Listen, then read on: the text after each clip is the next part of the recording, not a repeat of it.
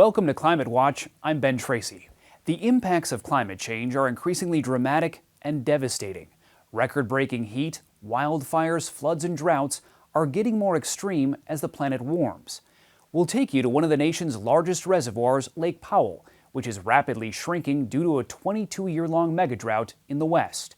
And at Jamestown, Virginia, where the problem is too much water, threatening to wash away American history. But we start with a report that first aired on CBS Sunday Morning. Tracy Smith talked to climate scientist and astrophysicist Neil deGrasse Tyson about the urgent need to combat climate change, but also about what still gives them hope. In Las Vegas, Nevada, it's come to this. Around here, climate change has helped make water even more scarce. So under a new Nevada law, the grass has got to go. When we look at outdoor water use in southern Nevada, landscaping far and away is the largest water user, and of that, it's grass. The city's already pulled up about 4 million square feet of grass on public property so far this year because thirsty green parkways are something they just can't afford anymore, says Bronson Mack of the Las Vegas Water Authority. So this grass behind you is going. The grass that you see behind me is not long for this world. In fact, within the next couple of months to a year, this grass will be completely eliminated and it'll be replaced with drip irrigated trees and plants. Possible broken sprinkler. And every drip counts. So water waste investigators, also known as water cops, patrol the neighborhoods, taking note of who's watering when and how much of it goes down the drain. Living through the summer of 22 has made climate change harder to deny, whether here in bone-dry Nevada or in the Caribbean, where rampant seaweed growth is choking beaches, or Kentucky, where too much water created a tragedy. But it seems there are still those who could use convincing that climate change has become a climate emergency. Hold on, Jack. Are you suggesting these weather anomalies are going to continue? Not just continue, get worse. Hollywood scientists have been sounding the climate alarm for decades, but last spring, some real scientists chained themselves to a Los Angeles bank in protest over the lack of action. We're going to lose everything. And we're not joking. We're not lying. We're not exaggerating. This is so bad, everyone.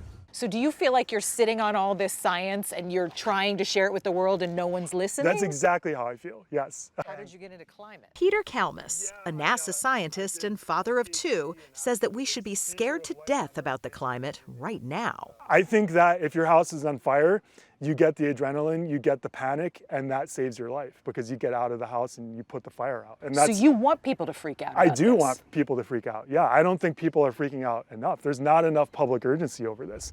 For starters, he wants people to know what the world is going to feel like in summers to come. So if this summer is so ridiculously hot, what is next summer going to look like? In general, it's a trend going up. 20 years from now, we will look back on the summer of 2022 and we will wish that we had it this good. We will wish it was this cool. And that's not an exaggeration whatsoever. And for the most part, the scientific community is behind him. The UN's Intergovernmental Panel on Climate Change report is basically the last word on where we stand.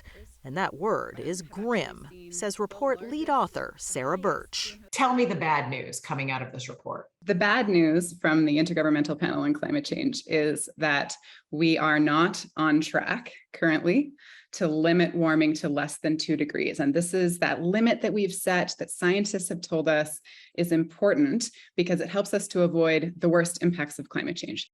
So 2 degrees of warming? What does that even mean? We asked Neil deGrasse Tyson to lay it out for us. How many degrees away was the ice age of 20,000 years ago? 8 degrees colder. 8 degrees colder, we have an ice age where glaciers reach all the way down to the middle of the United States of America. So even a half a degree makes a huge difference. In your life, what's a half a degree to you or me? 2 degrees? Who cares? Earth, it matters. It matters. 8 degrees colder, glaciers reach St. Louis. 2 degrees warmer, we're losing our coastline. Take it up a little higher. I don't even want to be around to see that. If the ice caps melt, how high could the waters get? from the ice caps, the water levels of the oceans will rise and reach the left elbow of the Statue of Liberty. That's her left arm holding the document. I don't even want to think about that. Tyson, an astrophysicist who's put some of his cosmic perspectives into a new book, says our planet's future might be written in the stars, or at least in our planetary neighbors. Do you realize Venus is basically the same size as Earth, has the same surface gravity? Might have turned out just like Earth, but something bad happened on Venus. They have a runaway greenhouse effect. It is 900 degrees Fahrenheit on Venus. And I did the math on this. You can cook a 16-inch pepperoni pizza on the windowsill in 3 seconds. Okay. So is that a benefit to this? Perhaps. But I want to know what knobs nature turned there, because if we are turning those same knobs on Earth artificially, that's bad. That does not bode well for the future of life on Earth, but especially for the civilization that was built over the past 10,000 years over a period of relative stability in our climate. The thing is, even if more and more people believe we're headed for disaster, and polls seem to show that they do, the key is actually doing something about it, and fast. So, just simply put, do we know what we need to do? Absolutely. We know that we need to move our electricity away from coal and highly polluting fossil fuels and towards solar and wind. We know what we need to do to our buildings to make them more efficient. We need to insulate them. We need to heat them with heat pumps instead of using natural gas, coal, and oil. We need to use clean electricity and switch to EVs. So we have this laundry list of really practical solutions that we know will work, but accelerating the uptake is the trick now. That's the challenge. But for now, we've learned to adapt. And in Nevada, it means more than just pulling up grass. And while scientists can see the worst of what lies ahead, they also can see a way forward. Dr. Sarah Birch. Why do you still have hope? The flip side of that coin is that over the last 10 years, we've also seen evidence of real sustained greenhouse gas reductions. So what that tells me is we have a roadmap. We have the technologies, the policies, the actions already at play that we need to get where we want to go. We just have to follow the roadmap. That's right. And move faster. Move faster along that road. We are all the same race, the human race. And I'd like to think we can all band together and solve our problems without killing ourselves. Up next, one of the nation's largest reservoirs drying up. Stay with us. The western U.S. is facing what scientists call the worst drought in 1,200 years, and the federal government just declared an unprecedented shortage on the Colorado River. It's warning states that draw water from the river that their supplies will be cut if they don't start using less. I visited Lake Powell along the Arizona-Utah border to see firsthand the toll the mega drought is taking. We're going to buoy number 3, they call it. Paul McNabb and his dad Mike are fishing guides on Utah's Lake Powell. They've been casting along these canyons for decades. Hey, caught one. They're worried that the wall in front of their favorite fishing hole will just keep getting taller. I'm looking at spots that 30, 40 feet up the wall where my bait was hitting where I was fishing just a year ago. So you're saying literally a year ago, this boat we're on right now would have been 30, 40 feet up there? Yep. It's absolutely crazy how much it's come down. At one point, Lake Powell had dropped nearly 40 feet in just 1 year. These satellite images show how quickly it has shriveled up during a 22-year-long mega drought. As climate change makes the West hotter and drier, this massive reservoir is now just 25% full. That white bathtub ring is where the water was before the drought began, 166 feet higher than it is now. If the lake continues to keep going down at the rate that it is, it's a pretty scary situation. What do you predict about the future of this business you got? I would say that we got 5 years left. And then your business is done. Yep. Houseboats are already running out of room. 10 of Lake Powell's 12 boat ramps are closed because they can't reach the water. If the lake keeps falling, the Glen Canyon Dam won't be able to produce hydropower. In April, the Assistant Secretary of the Interior warned Western governors of profound concerns in operating the dam at lower lake levels, and that the Western electrical grid would experience uncertain risk and instability. Well, I'm very concerned. Brian Hill is general manager of Page Utilities. The Arizona town used to get 50% of its electricity from the dam. That's been cut in half as lake levels have fallen. For all the Southwest, I think the situation is critical. So Mother Nature is going to have to come to the rescue, or we're going to have to really look at some different ways at how we use water throughout the Southwest. In an unprecedented move, the federal government is holding back most of the water that would have been sent downriver and propping up Lake Powell with water from reservoirs upriver. It is a Band-Aid fix, and everybody knows it. Eric Balkin runs the Glen Canyon Institute, named for the massive canyon that was flooded to create Lake Powell back in the 1960s after the dam was built. Before the dam was in place, Glen Canyon was considered one of the most remarkable landscapes in the U.S. People who knew it well considered it to be as beautiful as the Grand Canyon. Seeing this place come back to life is just such a special experience. Now, as the water recedes, the lost treasures of Glen Canyon are re-emerging. This is just stunning in here. It's a very special place. Balkin took us into what's known as Cathedral in the Desert, a massive cavern of undulating rock and a trickling waterfall. So that part of the chamber has not been seen since the 1960s. When we were here last year, we were parking our boats right here. And now one of the largest natural bridges in the country has risen out of the water. This bridge was covered by water, so what we're boating under, you used to be able to boat over? You used to be able to boat over the top of this bridge. And you think we'll be hiking under here? I think we'll be hiking under here probably in the next few years. This is amazing. It's like a dead forest coming out of the water. Yeah, we call them ghost forests. Forests once drowned on the canyon floor are reappearing. New plants and trees are starting to grow nearby. And Balkin says ancient footholds from indigenous people who climbed here more than 1,000 years ago can now be seen. As more and more of these incredible one-of-a-kind features come out of water, there's no reason they shouldn't be protected. Balkin wants Glen Canyon to become a national park, part of a movement to drain Lake Powell and fill up Lake Mead, since both reservoirs are at critically low levels. The purpose of the reservoir was to store excess water. And we're in a place now where excess water is a thing of the past. The rate of change that we're seeing now is happening way faster than I ever thought it would.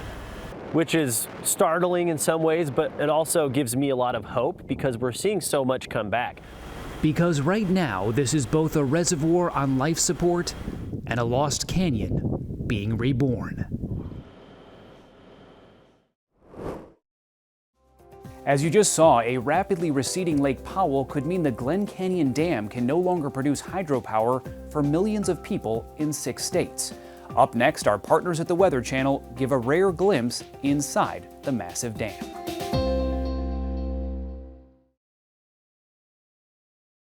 The Glen Canyon Dam made Lake Powell, and the hydropower from the dam makes electricity for millions of Americans. So it's not just water, but power too that could be in limited supply. Dave Melkoff from the Weather Channel explains. As long as the water's flowing, this keeps spinning. Yes. We were granted rare access to see where the drought-stricken Colorado River becomes electricity inside the Glen Canyon Dam in northern Arizona. Glen Canyon Dam. When these workers built the dam in the early 1960s, they did not expect the mega drought that has been crippling the West for the last 22 years. I don't think those have been visible since 64, 65. Plant manager Gus Levy just noticed those LBJ-era construction tracks and worries if the Colorado River keeps drying up, all of the turbines could look like this one, currently shut down for maintenance. So if this wasn't shut off right now, this would be filled with water. It flows in from snowpack in the Rockies that's also suffering from the drought. When you get into 2024, it looks a little bit rougher, if we'd have 2 more bad winters. So how many feet till you can't produce power? 46.5 feet.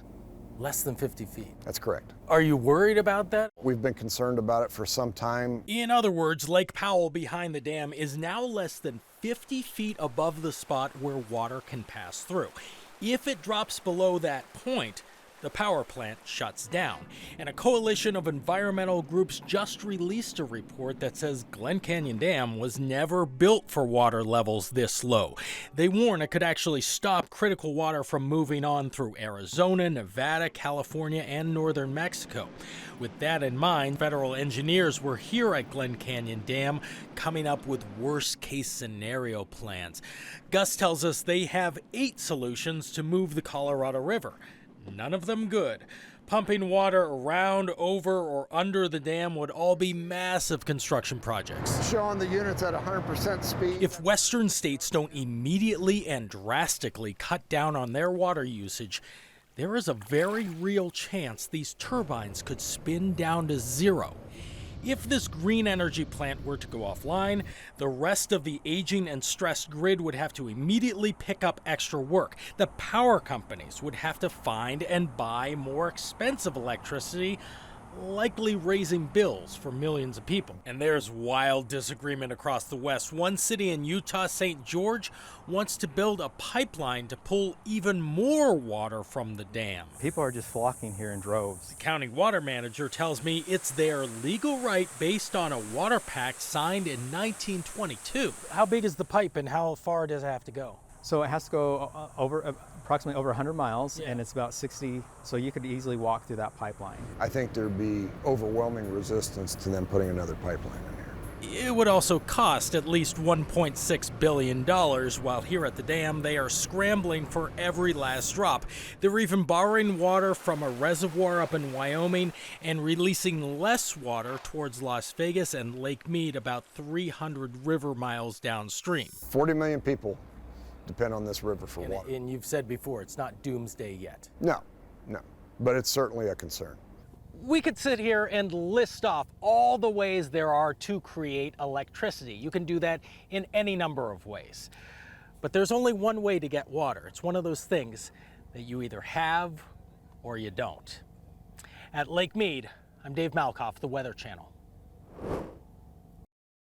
We now head across the country where America's earliest colonial history is in danger of being washed away. Jamestown, Virginia, the New World's first permanent English settlement, is threatened by rising waters. Chris Van Cleve explains. What would America lose if this site is allowed to sink? I think part of its soul. Elizabeth Kostelny runs the nonprofit overseeing the colony's original 22 acres along the James River and is now racing to save it from rising water. Jamestown's incredibly important. It tells a national story about our persistence, our democracy, and the beginnings of our race relations. The Jamestown colony marked the start of representative government in the New World. It's where Pocahontas married John Rolfe, and it remains the site of hidden history waiting to be unearthed. How often do you find things of significance here? Every single day. But the river is rising, up over 18 inches in the last century. And so-called 100-year storms now hit every 5 years. David Gibbons is the director of archaeology. Jamestown holds supreme in terms of world heritage. This place is, in our minds, where you draw a line in the sand about sea level rise, climate change, and cultural heritage. That line in the sand starts with shoring up the 1904 seawall along the riverbank with 96,000 tons of granite to help deflect the force of ever-strengthening storms. But the biggest threat to Jamestown actually isn't the rising river, it's this swamp that's literally devouring history as it grows. You increasingly have water from both sides and below. We have it from both sides, below, above. We're getting attacked from all sides. Leading Jamestown's fight against climate change is Michael Lavin. We're going to have to raise buildings, raise roads, do salvage archaeology, put in berms, pump systems to truly save Jamestown. But saving it will likely require tens of millions of dollars over the next 5 years to keep this American treasure from being washed away. After the break, we close with a cool way to combat extreme heat. Scientists warn that rising temperatures and deadly heat waves are becoming more common due to climate change. I visited Phoenix, Arizona to see how one of the hottest cities in the country is trying to cool things down. Kate Gallego is the city's mayor. She says this so-called cool pavement is 10 to 12 degrees cooler to the touch than traditional asphalt. We saw a version of it being made inside this Phoenix warehouse where it goes by the name Solar Gray. And 10 to 12 degrees cooler, that makes a big difference when you're talking about what that's doing citywide. Our residents say they can feel the difference. Climate change is cranking up the heat in the nation's hottest large city.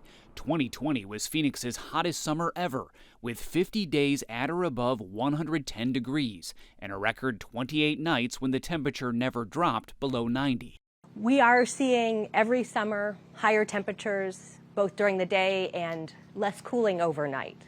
Cities are warming at twice the global average because buildings and pavement absorb and trap so much heat. Phoenix, Los Angeles, and Miami have named chief heat officers to find ways to prevent the often deadly impacts of extreme heat. Here in Phoenix, the number of people who die from homicides every year is about on par with the number of people who die from heat. David Hondula heads the Heat Response Office. In the Phoenix area, heat is now killing about 300 people a year. This is a problem that's only going to get worse, so we need to do better, we need to do more, and we need to be doing it faster.